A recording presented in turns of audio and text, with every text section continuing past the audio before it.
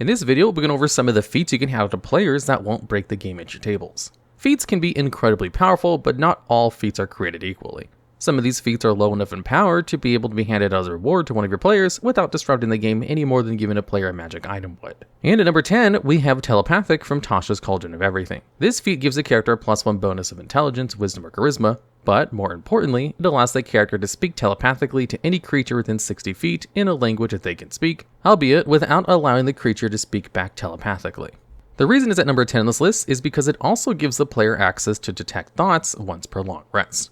This second level spell for up to a minute allows the character to read the surface level thoughts of any target within 30 feet, and if they concentrate on the same target for multiple rounds, they can try to probe deeper for more information. This can allow a player to get access to information you may not want them to have yet, and could require to improvise more often if you've not planned for a specific NPC to have their mind read. Even more than that though, is the fact that the spell allows the caster to detect any thinking creatures within a 30-foot radius, making it effectively a way to tell if a hidden or invisible creature is near the character. However, most of this feat is very flavorful rather than powerful. A player can talk to one of their party members without making a sound in tense situations, such as relaying crucial information or assisting in espionage. Or they can use it to attempt to intimidate an NPC by talking directly into their mind, or to assist in deception by distracting an NPC with thoughts appearing in their mind that are not theirs. Because the telepathy ability does not have any obvious tells when used, it is especially good to give either to a stealthy, roguish sort, or spellcaster type. And at number 9, we have Telekinetic from Tasha's Cauldron of Everything. This feat is the partner to Telepathic. It also gives a +1 of intelligence, wisdom, or charisma, but gives the player the Magic Hands cantrip rather than telepathy. Magic Hand summons a ghostly floating hand that can grab lightweight objects, open and close doors, and can pour liquids from flasks. However, this feat allows the character to make the hand invisible and not use any verbal or somatic components on it, making it almost impossible to tell what is happening without an understanding of magic, and equally unlikely to trace back to the character. The last part of this feat gives a 30-foot range telekinetic shove as a bonus action that has a DC, or difficulty class, based on the ability score the character chose to increase with telekinetic. This shove can only move creatures 5 feet, so it's mostly used to either shove enemies away from the character, or to reposition an ally, since they can choose to fail the saving throw. Because Mage Hand cannot perform any combat actions for the player, and the 5-foot push is very situationally useful, this feat can often be given with minimal impact to the overall game, besides that ability score increase, of course. It is most useful for any character who doesn't have a usual use for their bonus action at low levels, such as most spellcasters or melee combatants, but not generally bards or rogues. And at number 8, we have Chef from Tasha's Cauldron of Everything again. This feat increases either the character's constitution or wisdom by 1, gives proficiency in cooking utensils, and gives access to both a short and long rest cooking base buff. During short rest, the character can cook for 4+ proficient bonus creatures, allowing anyone who partakes in the food and spends hit dice to regain an extra 1d8 hit points. During long rests, or after spending an hour cooking and doing nothing else, the player can make a number of treats equal to their proficiency bonus. These treats, when consumed as a bonus action, give the character that consumed it the chef's proficiency bonus and temporary HP. This feat can allow a party to have a little extra survivability, especially if you're allowing multiple short rests in a day. However, the short and long rest food does require ingredients. So if it ends up being problematic for you, this can be balanced with requiring the party to spend some of their gold on ingredients, or requiring them to use survival checks to search for ingredients while outside of town. If the temporary HP sounds like a problem, remember that multiple sources of temporary HP don't stack, and that this will often be somewhere from 2 to 4 temporary HP. That is just enough to reduce the amount of damage that might otherwise be taken, but not enough to block an entire attack from anything stronger than a goblin. Consider giving this feat to any character that's acting as the cook for the party, or to the dedicated healer. Next, at number 7, we have Skulker from the Player's Handbook. This feat gives the character the ability to hide when lightly obscured, such as in dim light, patchy fog, or moderate foliage, and doesn't give them disadvantage when they make perception checks in dim light due to visibility. More importantly, the character also doesn't automatically reveal themselves when making a ranged weapon attack, such as with crossbows while hidden, so as long as they miss. Most of these features are flavorful abilities rather than a strict power increase, as it doesn't actually increase the damage a player is able to deal or give them more resources to work with. Instead, it lets them be better at ambushing an enemy, or when searching in dark places with only a torch or dark vision to see by, since dark vision treats the darkness as if it was dim light. The strongest part of this feat is the ability to remain hidden when they miss with ranged weapon attacks, so they can try to get a stealth attack off until it succeeds. This feat is best given to any character who's trying to be an ambush hunter, such as a ranger or rogue. And at number 6, we have Dungeon Delver from the Player's Handbook. This feat gives the character advantage on all wisdom and intelligence checks to find secret doors, removes the penalty to perception checks for moving at a fast pace, advantage on saves against traps, and resistance to the damage dealt by traps. The name of this feat really helps to explain the purpose of it. It was built with dungeons in mind. A character of this feat is adept at finding hidden passages, and if their party triggers a poisoned arrow trap, they will have advantage on any dexterity saving throws against it, and take half damage even if they fail, or a quarter if they succeed.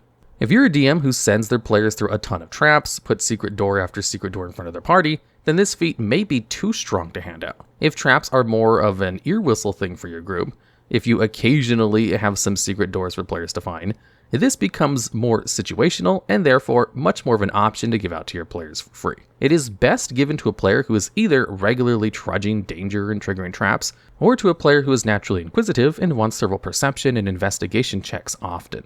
And at number 5, we have Inspiring Leader from the Player's Handbook.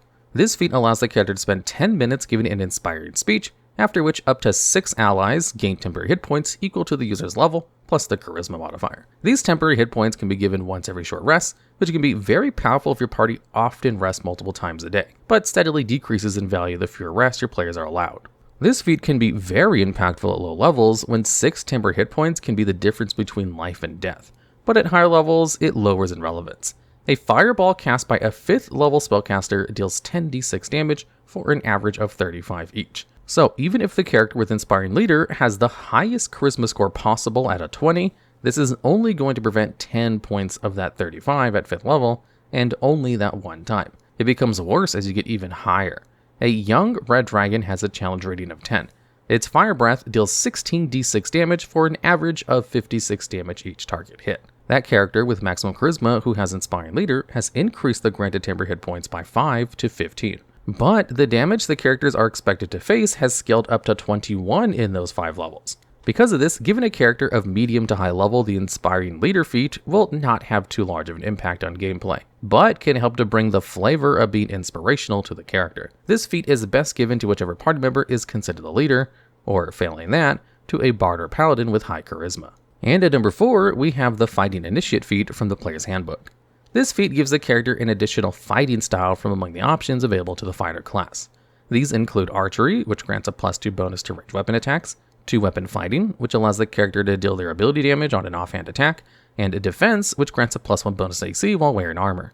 Compared to other feats, a singular fighting style and no other benefits is very weak. Compare the +1 AC while wearing armor from Defense to Medium Armor Master, which allows an extra point of AC for dexterity while also preventing the armor from giving disadvantage on dexterity checks. There are a few fighting styles on Unearthed Arcana material to keep an eye on, such as Tunnel Fighter in specific, but other than those edge cases, this feat can easily be given without much impact on the overall gameplay, while still symbolizing the growth of a character into learning a style of combat unfamiliar to them.